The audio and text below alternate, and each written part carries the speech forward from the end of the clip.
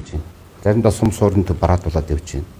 Тээврийн гэрс хүрлцэхгүйгээс аймаг хооронд бол яг уу нөгөө тээврийн компаниуд харилцан тохиролцоод одоо энэ аймаг хооронд бол тээврийг гүйцэтгэж байна. Ер нь хилийн застав дээр бол энэ машин дэргэний асуудал нэлээд хүнд байна.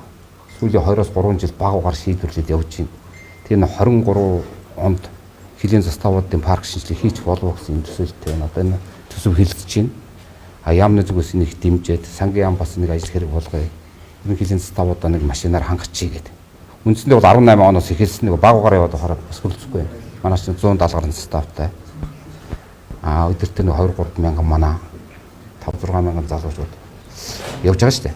Тэгээ одоо хэмжлэн явган морьтой дэмэт явдгийг яавал машинтэй техниктэй сүүлийн технологийн дэвшлиг хэрэгжсэн байж явах гэдэг эрмэлзэл явж байна. За саяын 2 тэр асуултаа холбогдуулаад бид нар дотоодын шалгалтаас сайжруул холбогдох албан тушаалтнуудаа хариуцлага тооцоо.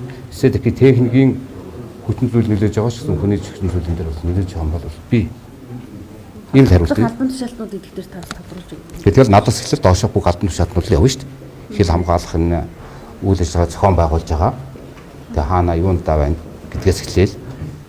Зэргүүдийг авч явахаас өмнө тухайн машиныг шалгалтад юу н оруулт юм лээ. Хэр одоо эд ангиж шалгаж явуулт юм бэ? Бүхэл эд ангийн шалгаал, үзэл, хараал, бэлэн байдлын үзэл хажуудалд манай автын инспектор бас дагаад явж байгаа. Эмнэлгийн машин бас энэ цуваг бас дагаад явна. Ингээл явж байгаа. Тэгээ одоо замын бартаасаал гарсан байлээ. Зөөл явсан бил. Ер нь бол хурдыг энэ цувааны хурд бол 40 км хэврэхгүй байх хэрэгтэй. Тэгээд тухайн нөхцөл байдалд 30-40 минутын хурдтай явж ирсэн ингээл донголтой. Нийтдээ хэдэн зэрэг явж ирсэн? Тийм түрүүс 17 хүн явж ирсэн. Нэг офицер, нэг ахлагч, 15 зэрэг аваач. Хэд холоос одоо жишээлбэл хэд хол хилийн застав руу зэрэг бүргэх, зэрэг халагдах энэ явцад хүүхдүүдийг өглөөнөөс орой болтол одоо замд зогсоохгүй, хоолундаар ханхахгүй явж ийн гэж эцэг эхчүүдээс гомдлсон байлээ. Энэ дээр одоо ямар нэгэн зохицуулт байдаг юм уу? Байж байх уу? Маршин захирамж гарч байгаа. Тэгэхээр тэр чинь 2 цаг тутамд зогсож одоо амарч бизнес хөстэй 4 цаг тутамд хоол идэл явах хэрэгтэй. Тэгээд чиний 22 цагаас хойш хөдөлгөөн үлдэхгүй байх хэрэгтэй. 22 цаг хүртэл хаана нэмж тэр газар зогсоол тэгэл амархаас шаарга. Тэгээд бид нар бол энэ дандаа сум суурин газрыг бараад болж байгаа. Жишээл одоо хөвсгөлөөс урсгаар нэг үндсэнд 700 гаруй км газар маш үлдэж шүү дээ. Тэг чин бол тэнд замдаа нэг хоногоос шаарга. Хадвар хийсэн 170 гаруй стафтай гэж байна. Эдгээр одоо стаф руу тээвэрлэх нийт хэдэн одоо суудлах хэдэн одоо ачааны дэвштэй тээвэр явж байгаа юм бэ? Одоо манайх нийтдээ нэг 1200 гаруй машинтай. Тэг бүгд л одоо үндсэндээ хамгийн эртнийх нь бол 90-ад оны машин гэсэн үг шүү дээ. Тэгэл тэрнээс хойш одоо нэг 13-4 жил ашигласан машинууд бол гайгүй боломжтой гэж үзэж байна. Гэтэ ашиглалтын хугацаа дууссан гэсэн үг шүү дээ 10-аас цааш жил бол.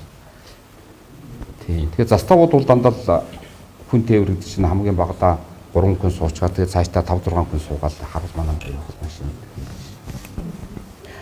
Тэр осолд орсон хүүхдүүдийн эцэг эхт нь ямар нэгэн мэдээлэл өгсөн үү? Одоо хүүхдээ ийж бүрэн эмчилэгдээд цаашаа зэрэг рүүгээ явж байгаа гэдэгт ямар баталгаа өгөх вэ? Одоо цэргүүд эцэг эхт нь мэдэгдсэн. Эцэг эхүүд тэр эмнэлэг дээр ирсэн. Манай эмчнэр өөрсдөө ажиллаад тэднэрт нь уулзаад тамгын газрын ажилтнууд нас ирсэн байлээ. Цэргийн иргэний хамгаалтын шатаа байна. Тэгээд үргэлжлүүлээд хаайг бол үргэлжлүүлээд явуулахаар эсвэл одоо хүүхд бас яг айс хүйцтэй байгаа шүү дээ. Тэгэх юм бол энэ удаад өнжөөхөөр тийм арга хэмжээ газар дээр шийдчих гэсэн. Нийтдээ автомашины асуудлыг шийдэхэд одоо төсөвт хэдэн төгрөг суулгаж та бүгдийн шинэ байдлаар асуудал шийдэгдэн гэж харж байна төсөв төртгөн. Ер нь бол манайх нэг парк шинжилгээд нэг том хөтөлбөр энэ 17 онд батлуулсан шүү дээ. Тэгээ 18 онд техний нэг бас нэг 60 заставын суудлын машин ирсэн. Энэ тооцоо бол үндсэндээ 72 тэрбум төгрөг гэж ирсэн. Манайх нэг гаргасан тооцоо. Тэгээ энэ 23 онд бас нэг 20 тэрбум төгрөгийн асуудлаар үе шаттайгаар аажмар ингэ шийдвэрлэл явуулж байгаа. Нэг амьсгаар бүгдийг шийдвэрлэх хэцүү. Тэгээд энэ засгийн газрын бүрэн эрхээ хугацаанд бол ямар ч байсан хилийн заставуудын машинаа шийдэж боломжтой гэж үзэж байгаа. За мэдээлэл баярлалаа. За баярлалаа. Ойлгомжтой байсан бол таамаг хийж яаж.